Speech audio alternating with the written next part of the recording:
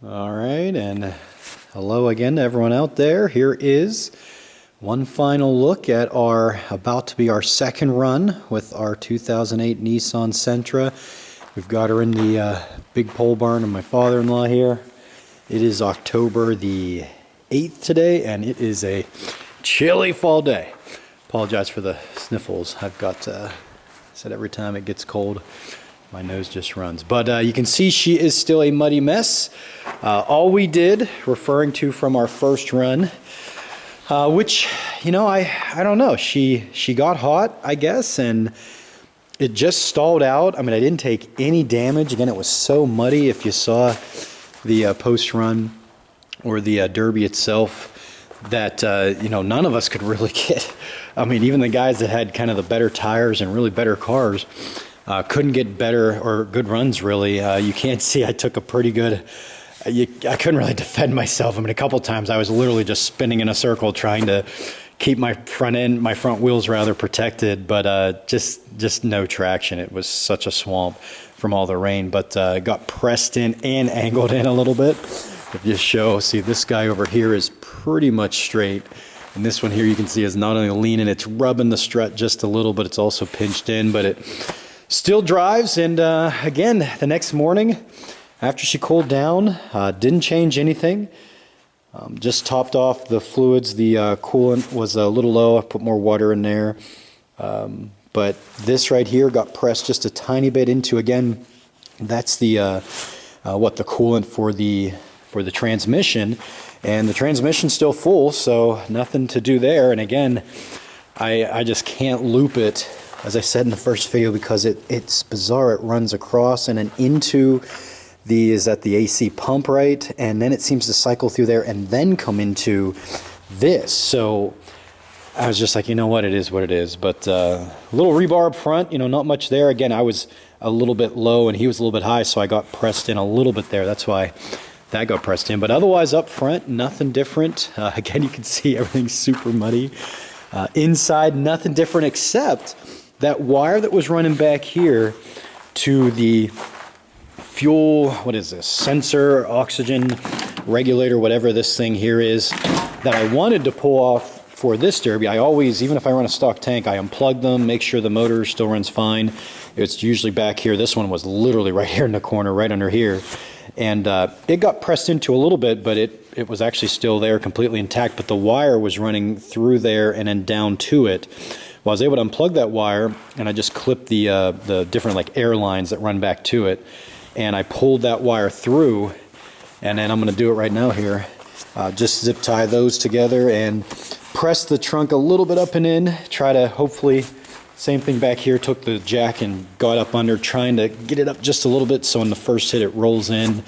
Tried to sledgehammer that down a little bit, but that is it. She is still runs like normal, but it still spits a little bit in low RPMs. But again, all the fluids are good, and I mean, I'm not like checking plugs or anything like that. So we are taking her. We are hoping she flies around the pit.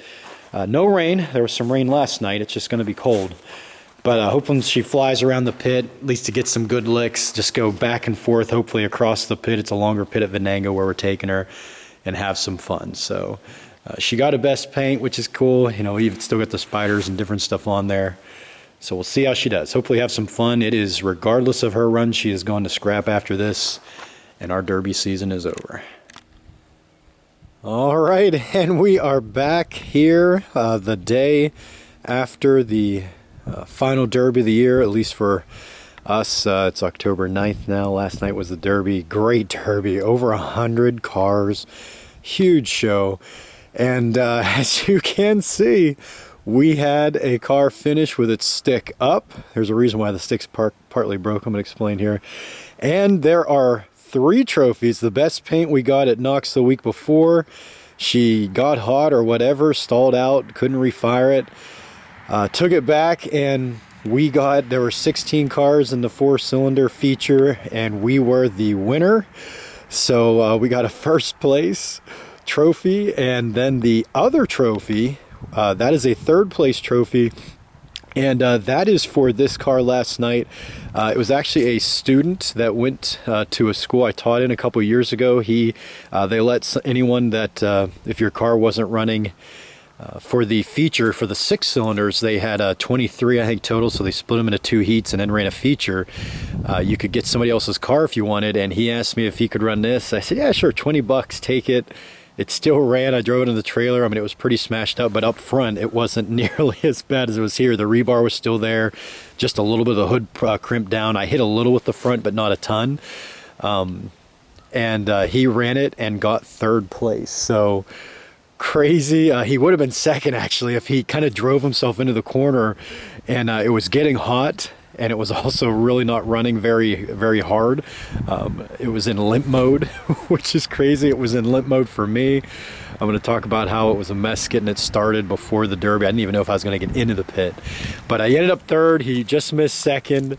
So those 2 trophies, by the way, are actually from another event. They weren't planning on running a stock 4-cylinder as well as stock 6. They were planning on just throwing us all together.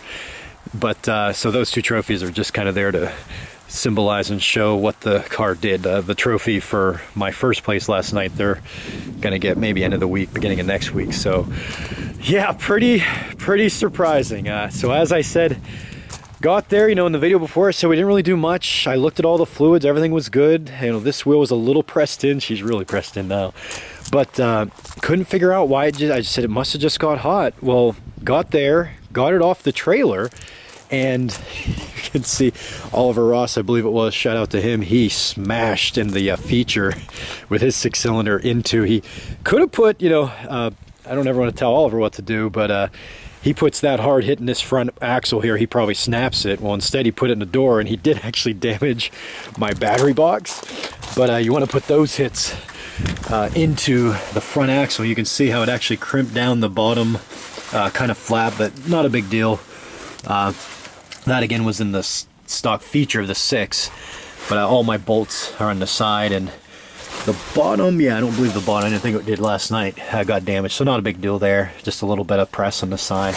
But that happened whenever he was running it in the feature. But she had, the sheet metal, that one there is hanging. You see I tied it down when I drove. This one over here was hanging. We cut it off before he ran it. And yeah, the car was just stalled out, wouldn't run. So got some carb spray and sprayed into the, what do you call it there? The fuel intake, right? Yeah.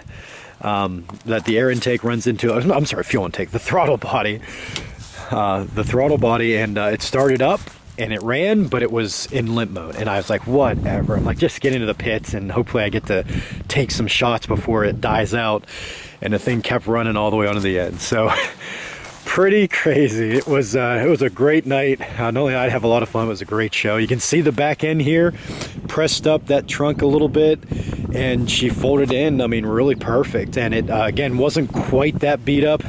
It was probably about here, but it folded up in essence just like that until he ran it in the 6-cylinder feature, and it took a couple more shots in the back, not to mention the front got all mangled. But yeah, again, stock tank, if you're someone that watches these and you're new to derbying or not sure, this one I actually was going to drop, but as you can see, the tank's in front of the axles, and really pressing all the way up to the axles. Again, I took out that what do you call it, air O2 sensor thing that was back here. Put that wire inside. Even though you unplug the wire, you want to get those wires out of there, because a wire gets cut or pinched or something like that, it could short out, blow a fuse in your fuse box, because it's still tied to all that wire is all the stuff there. But yeah, stock tank, no issues.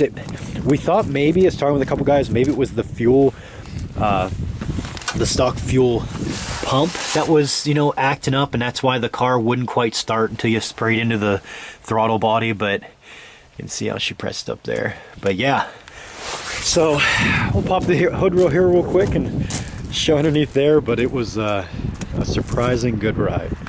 So just a quick look at the front end, which again, it was a little damaged, but the rebar was still solid, and none of the radiator or the transmission coolant there, radiator, whatever it's called, was damaged or pressed in. But then, you know, the 6 cylinders, not only was he having to hit with his front pretty much the whole time, but everybody else was hitting.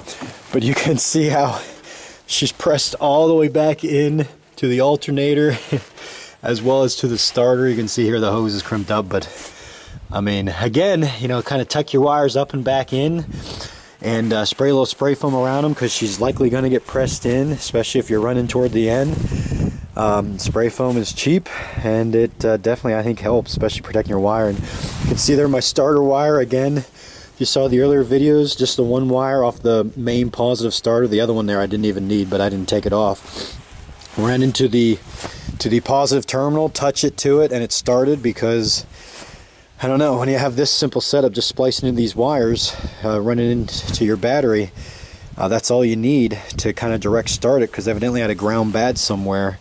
So that worked, and yeah, like I said, you can see it did some damage, or it had some damage done to it in that stock feature. But as I said, they timed him out, and then right after that, the second place guy was timed out, and Brian Shevitz, shout out to him, he won again, and he had a great year. He won the belt for the kind of best performance all year with GSP. That's who did this show. So yeah, she was a good car in regards of it didn't run right, but she just kept running, kind of like the Chrysler Sebring we had at the beginning of the year. So great way to end the year. You can see how damaged that is. This tire over here is pretty much straight, but that CV shaft and axle are still holding on. I said I drove it onto the trailer after the stock final. He left it running, I drove it on, and I can't believe the the transmission was still grabbing, because again, I didn't loop the wires. I assume it just had enough transmission fluid in it that it just kind of ran. You know, they start to slip and then just won't grab at all, because you can see that thing was torn to pieces. But didn't know how to loop it, because it was run into, as I said, the AC pump, and then it eventually came back in. But we'll strip our parts, scrap her, and then that's it for the season. But again, great car, referring to a great finish, and we had a lot of fun. Sticks was up at the end, driving her onto the trailer. You gotta love that.